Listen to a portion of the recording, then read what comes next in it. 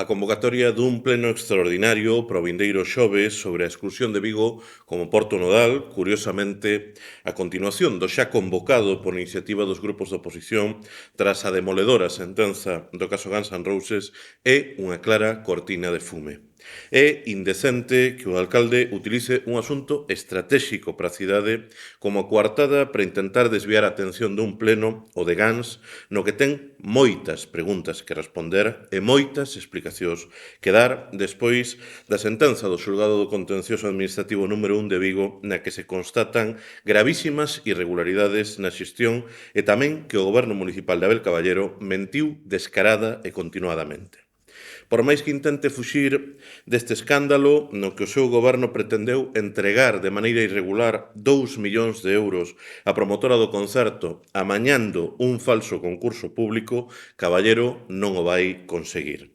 Resulta dun cinismo olímpico que o mesmo Abel Caballero, que vetou en decembro do ano pasado unha proposta de declaración institucional que fixemos o BNG precisamente para defender que Vigo ten que ser considerado porto nodal, agora pretenda abandeirarse desta cuestión para evitar responder das súas responsabilidades no caso Gans cunha moción ómnibus que non foi consensuada con ningún outro grupo e na que o alcalde aproveita para falar de todo, para falar do tren a Bouzas, da A52 ou da AP9. Para o BNG, a exclusión do Porto de Vigo da rede transeuropea de transportes é un asunto da máxima importancia que merece ser abordado tamén coa máxima seriedade. Estamos diante dunha decisión inxusta e que, como estamos a ver, respondeu a criterios máis políticos que técnicos, sendo neste sentido inxustificável a falla de defensa da candidatura viguesa por parte do Ministerio de Transportes.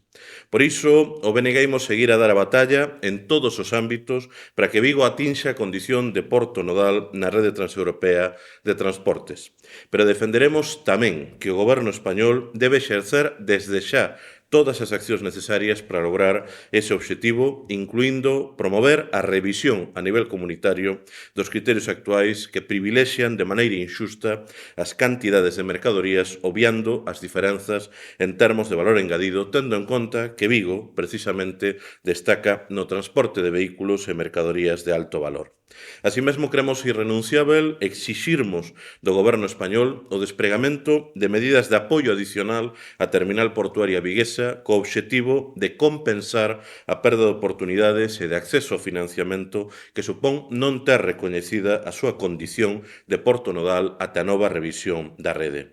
E sobre esa base, con estes argumentos, con estas propostas, o BNG volvemos tender a man a todos os grupos da corporación para lograrmos un acordo unánime do Pleno que permita enviar a Madrid e a Bruxelas unha mensaxe en chave de cidade con toda a forza para exixirmos que Vigo vexa